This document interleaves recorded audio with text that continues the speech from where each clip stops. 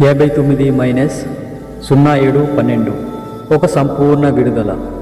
ఆయన మనకు మాదిరే ఉండెను. మనము స్త్రీ మరియు పురుషులము, మనము క్రైస్తవులము. ఆయనే మన మార్గదర్శి.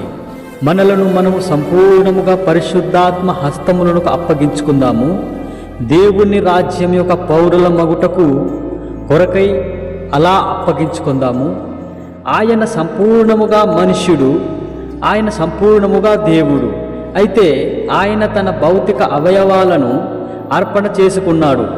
ఆయన యొక్క స్వంత ఆలోచనలు, ఆయన యొక్క స్వంత క్రియలు, ఆయన యొక్క స్వంత భద్రతను అర్పణ చేశాడు. నా తండ్రికి సంతోషము కలిగించేవే నేను చేయుదును అని చెప్పాడు.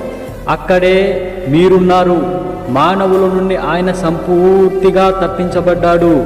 యాజకులు ఆయన ఎదుకు వచ్చి, గొప్పవారు ఆయన ఎదుకు వచ్చి, రబ్బీ ఫలానా ఫలానా అన్నారు.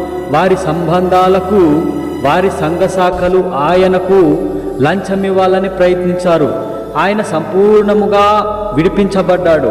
ఎందుకనగా ఆయన దేవుని యందు నమ్మిక ఉంచాడు. కీర్తనీయుడు ఇలా చెప్పుచున్నాడు, ఆయన నాయందు సంపూర్ణంగా నమ్మిక ఉంచాడు కనుక నీవు ఆయనను తప్పించితివి. చూసారా, ఆయన నాయందు నమ్మిక ఉంచాడు కనుక కుక్కల బలము నుండి నా ప్రాణప్రియుణ్ణి నేను విమోచించదను.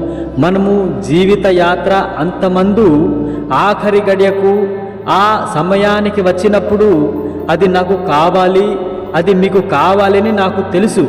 ఆయన అలా నన్ను గూర్చి చెప్పాలి.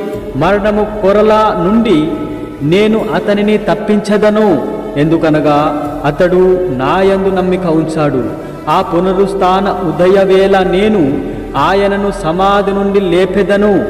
ఆయన శరీరములో ఉన్న ఆత్మను సంపూర్ణముగా విడిపించదను.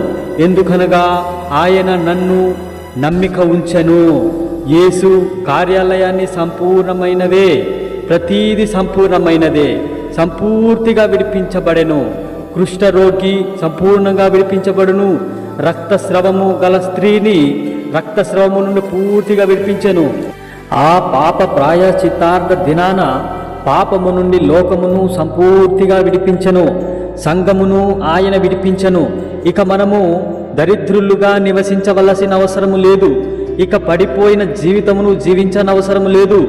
ఎందుకనగా ఆయన దయ్యాన్ని ఓడించాడు. కాబట్టి ఆయన సమస్తమైన అధికారములను, బలములను, సమస్తమైన వాటిని ఆయన పాదముల మీద కింద ఉంచెను. అవి నీ మీద అధికారము చేయుటకు చట్టరీత్యా అధికారము లేదు.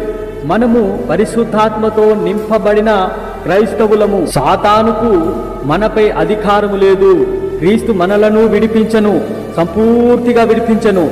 కీడు నుండి మనలను విడిపించను, పాపము నుండి మనలను విడిపించను, చెడు అలవాటు నుండి విడిపించను, చెడు మాటల నుండి విడిపించను, దుష్టత్వము నుండి, పలు విధములైన మురికి క్రియల నుండి మనలను విడిపించను, మనలను సంపూర్తిగా విడిపించను.